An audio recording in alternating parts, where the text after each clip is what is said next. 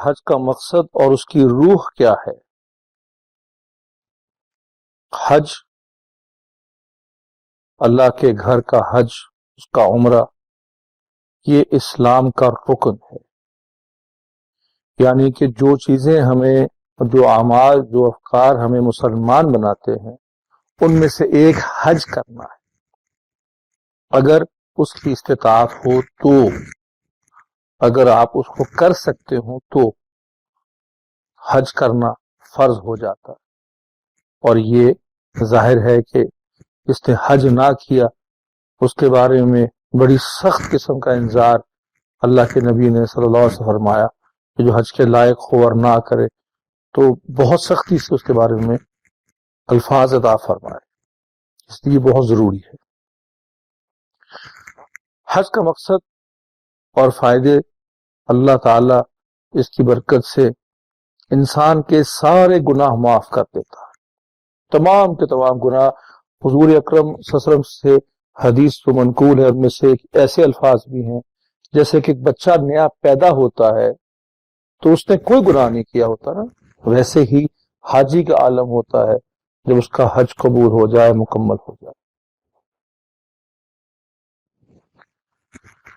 حج کے مقصد میں ایک بہت اہم چیز یہ بھی ہے کہ یہ مسلمانوں کی، دنیا بھر کے مسلمان سے مراد میری ہے، تمام علاقے کے مسلمان دنیا میں جو رہتے ہیں، تمام ملتیں جو مسلمانوں میں موجود ہیں، ان کی یہ ایک سالانہ میٹنگ بھی ہے. یعنی کہ ہر سال دنیا کے ہر کونے سے مسلمان آئیں گے اور وہ وہاں ملیں گے. صرف عبادت نہیں کریں گے مل کے، ایک جیسا یونیفارم یعنی کہ احرام باندھے ہوں گے، ایک جیسی جگہوں پہ تقریباً رہیں گے، ایک ہی علاقے میں مل کے رہیں گے، ایک ہی مسجد میں نماز پڑھیں گے، ایک ہی جگہ پہ منا، مزدلفہ، عرفہ، یہ سب جگہوں پہ اکٹھے ہوں گے. اور آپس میں مراسم بھی بننے ضروری ہیں.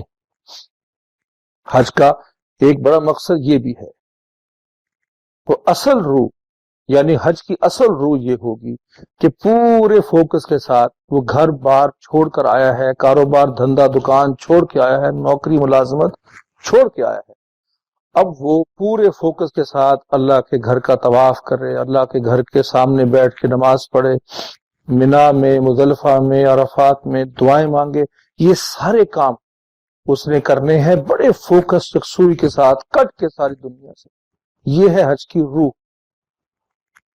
ایک بزرگ کا واقعہ ہے، وہ بڑا اہم ہے کہ وہ حج پہ تشریف لے کے گئے اور وہاں سے جب واپس آئے تو انہوں نے آ کے بتایا اپنے استاذ کو کہ جناب میں نے حج کیا، اللہ کے گھر کا طواف کیا، اللہ کے گھر کی زیارت کی، اللہ کے گھر کے سامنے نماز پڑھی وغیرہ. تو استاذ نے پوچھا کہ جس کے گھر گئے تھے اس سے ملاقات ہوئی؟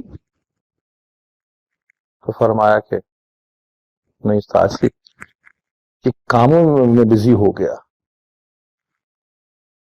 تو مطلب یہ ہے کہ حج کے اعمال میں، حج کی عبادات میں اتنے بزی نہ ہو جائیں کہ جس کی خاطر گئے ہیں اس کی یاد نہ رہے.